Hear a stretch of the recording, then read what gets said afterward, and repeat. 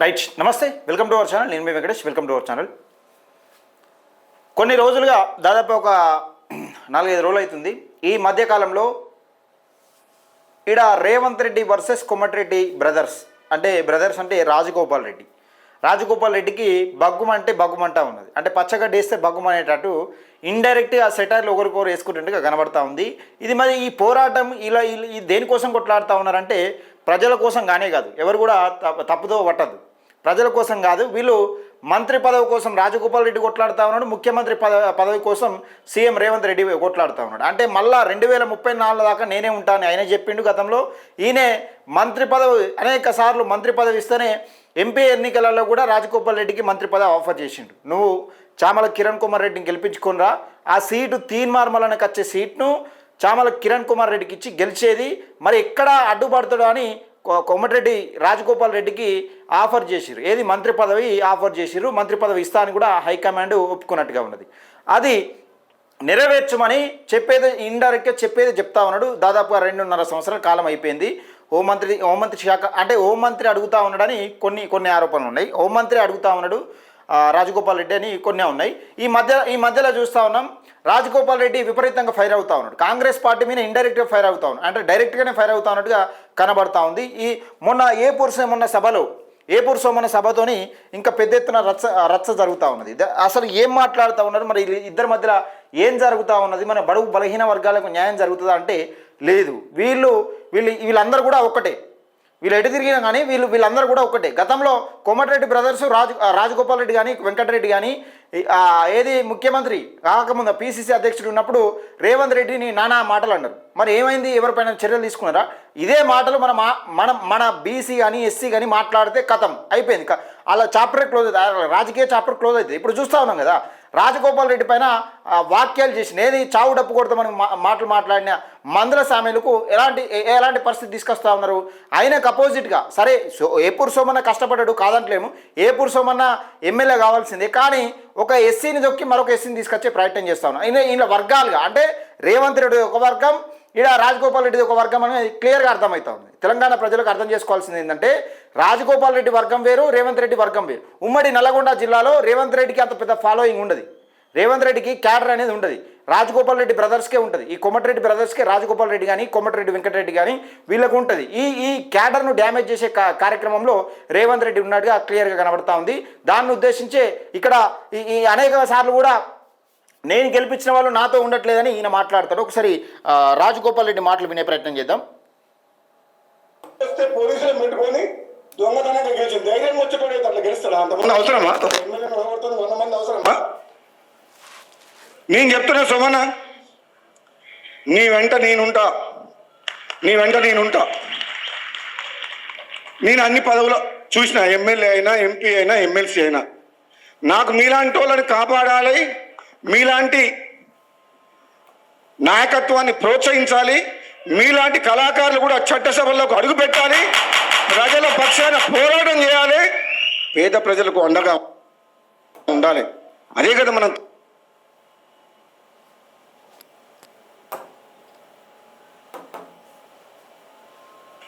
100 మంది వస్తే పోలీసులను పెట్టుకొని దొంగతనంగా గెలిచింది ధైర్యం వచ్చేటోడైతే అట్లా గెలుస్తాడా? అంతమంది అవసరమా? ఒక ఎమ్మెల్యేని ఓడగొడుతుంది 100 మంది అవసరమా? నేను చెప్తున్నా సోమన్న, నీ వెంట నేనుంటా.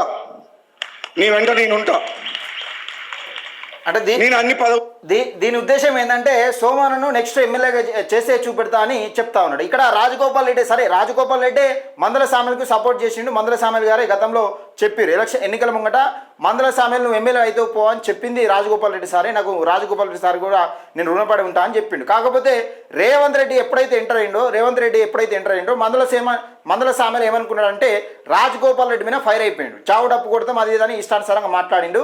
దానికి సంబంధించి కూడా ఎవరు ఆయన పైన ఎలాంటి ప్రెస్ మీట్ పెట్టద్దని చెప్తాం. అంటే ఇలా వర్గ పోరు నడుస్తూ ఉన్నది, రెడ్డిలకు సంబంధించి వర్గ పోరు నడుస్తూ ఉన్నది. వీళ్ళు ఎప్పటికున్నా వీళ్ళు ఇద్దరు ఒకటే.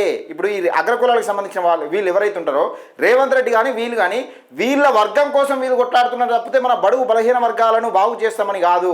వీళ్ళ క్యాడర్ కోసం వీళ్ళు ఒకరి క్యాడర్ ఒకటి దెబ్బతీసే ప్రయత్నంలో భాగంగా నిమగ్నమైనట్టు కనబడతా ఉంది. ఏపూర్ సోమన్నను సీన్లోకి తీసుకొచ్చింది. ఏపూరు సోమన్నను ఇప్పుడు ఏపూరు సోమన్న ఈయన క్యాడర్ అయిపోయాడు, ఏది మందుల సామెల్ గారు రేవంత్ రెడ్డి క్యాడర్ అయిపోయినట్టుగా కనబడతా ఉంది. మరి అసలు మందుల సామెల్ను పట్టించుకుంటారా, మరి రేవంత్ రెడ్డి కూడా పట్టించుకుంటారా అంటే అది కూడా చివరిదాకా అవకాశాలు లేవు, కనబడతలేవు. కథం అయితే ఆయన రాజకీయ చాప్టర్ కూడా క్లోజ్ చేస్తారు, ఏం లేదు, మధ్యలో బలి పశువులు చేస్తారు అన్నట్టు. చూసిన ఎమ్మెల్యే అయినా ఎంపీ అయినా ఎమ్మెల్సీ అయినా నాకు మీలాంటి వాళ్ళని కాపాడాలి, మీలాంటి నాయకత్వాన్ని ప్రోత్సహించాలి, మీలాంటి కళాకారులు కూడా చట్టసభల్లోకి అడుగు పెట్టాలి, ప్రజల పక్షాన పోరాటం చేయాలి, పేద ప్రజలకు అండగా ఉండాలి. అదే కదా మనం సామాజిక తెలంగాణ కోరుకుంది. మన తెలంగాణ ఉద్యమం నడిచిందే తెలంగాణ ప్రజల యొక్క రైట్. మరి ఇన్ని సంవత్సరాల కాలంలో 9.5 సంవత్సరాలు అవుతుంది దాదాపుగా బీఆర్ఎస్ పార్టీ పరిపాలించింది. మరి ఏపూరు సోమన్నను ఎక్కడ పెట్టిరు ఇన్ని రోజులు? ఏపూరు సోమన్నను ఎక్కడ పెట్టిరు? కాంగ్రెస్ పార్టీ వచ్చి 2.5 సంవత్సరాలు అయింది. మరి ఏపూరు సోమన్న ఎక్కడ కూడా అధికారంలో అంటే ఈయన కరెక్ట్ నిలకడగలేదు. ఇప్పుడు ఈయన పరిస్థితి అగమ్య గోచరంగా తయారైంది. బీజేపీలోకి ఏండు, బీజేపీలోకి వచ్చినాక ఇలా మంత్రి పదవి ఇస్తా అంటే ఇళ్ళకి వచ్చిండు. వీళ్ళు ఏ పార్టీలో అయినా మారచ్చు. మన బడుగు బలహీన వర్గాలు ఇప్పుడు అసలు ఇంట్లో ఎవరు బలిపశ, ఏపూరు సోమన్న బలిపశు అవుతాడా, మరి బలిపశువుని చేస్తారా లేకపోతే మందుల సామెల్ గారిని బలిపశువుని చేస్తారా అనేది అర్థం కాని పరిస్థితి. మొత్తానికైతే ఎవరో జీవితం కథమవుతుంది, ఎవరో రాజకీయ భవిష్యత్తును ఆగం చేసే క్రమంలో వీళ్ళిద్దరు ఉన్నారు, రేవంత్ రెడ్డి అలాగే రాజగోపాల్ రెడ్డి ఉన్నట్టుగా క్లియర్గా కనబడుతుంది. వీళ్ళ స్వలాభం కోసం, వీళ్ళ అధికారం కోసం, ముఖ్యంగా వీళ్ళ కోసం, వీళ్ళ లబ్ధి కోసం, వీళ్ళ రాజకీయ పోరాటం కోసం, వీళ్ళ క్యాడర్ కోసం ఒకరిని దెబ్బతీసి ఈగోలు హట్ అవుతా ఉన్నాయి అన్నట్టు. మళ్ళా వీళ్ళిద్దరు ఒకటే. మరి మన బెరుగు బలహీన వర్గాలు బీసీ ఎస్సీ ఎస్టీ మైనార్టీలకు ఏమైనా చేస్తారా అంటే ఏం చేసే క్రమంలో కూడా ఉండదు. వీళ్ళ వర్గపోరు కోసం వీళ్ళు దల్లాడుతూ ఉన్నారు. గౌరవం కోసం ఒకటి ఆత్మగౌరవం కాదు, ఏం కాదు. ఏపూరు సోమన్న నిజంగా ఎమ్మెల్యే కావాల్సిన వ్యక్తే. ఏపూరు సోమన్న ఎన్నో కష్టాలు చూసిండు, ఏపూరు సోమన్న ఎన్నో నిజంగా బాధలు అనుభవించిండు. మరి ఏపూరు సోమన్న ఇన్ని రోజులు ఎందుకు గుర్తుకురాలి? కేవలం మందుల సామెల్ గారు ప్రెస్ మీట్ పెట్టి చావుడప్పు కొడతామన్నప్పుడు మాత్రమే ఏపూరు సోమన్న ఎందుకు గుర్తుకొచ్చిండు? ఇది రాజగోపాల్ రెడ్డి గారు సమాధానం చెప్పాలి. వివిధ యూట్యూబ్ ఛానల్ కూడా ఇష్టానుసారంగా మాట్లాడే ప్రయత్నం చేస్తూ ఉన్నాయి. రేవంత్ రెడ్డి గారు కూడా ఈ జిమిక్కులు బంద్ చేయాలి. రేవంత్ రెడ్డి గారు ఈ జిమిక్కులు బంద్ చేయాలి. మీ వర్గ పౌరు కోసం మా బడుగు బలహీన వర్గాలను జీవితాలతో రాజకీయ భవిష్యత్తునే ఆటాడుకునే ప్రయత్నం చేయొద్దు ఎప్పుడు కానీ. ఆస్తుల కోసం, డబ్బుల కోసం, పదవుల కోసం కాదు, ఆత్మ గౌరవ నినాదం కోసం తెలంగాణ. మీరు ఎవరు కాలు మొక్కాల్సిన అవసరం లేదు, ఎవరికి వంగొంగి దండాలు పెట్టాల్సిన అవసరం లేదు, గులాంగిరి చేయాల్సిన అవసరం లేదు. మీ హక్కు. మీరు కళాకారులుగా చట్టసభల్లో అడుగుపెట్టాల్సిన అవసరం ఉంది, తప్పకుండా రావాలి. నేను చెప్తున్నా, రాబోయే రోజుల్లో ఏదో ఒక నియోజకవర్గం నుంచి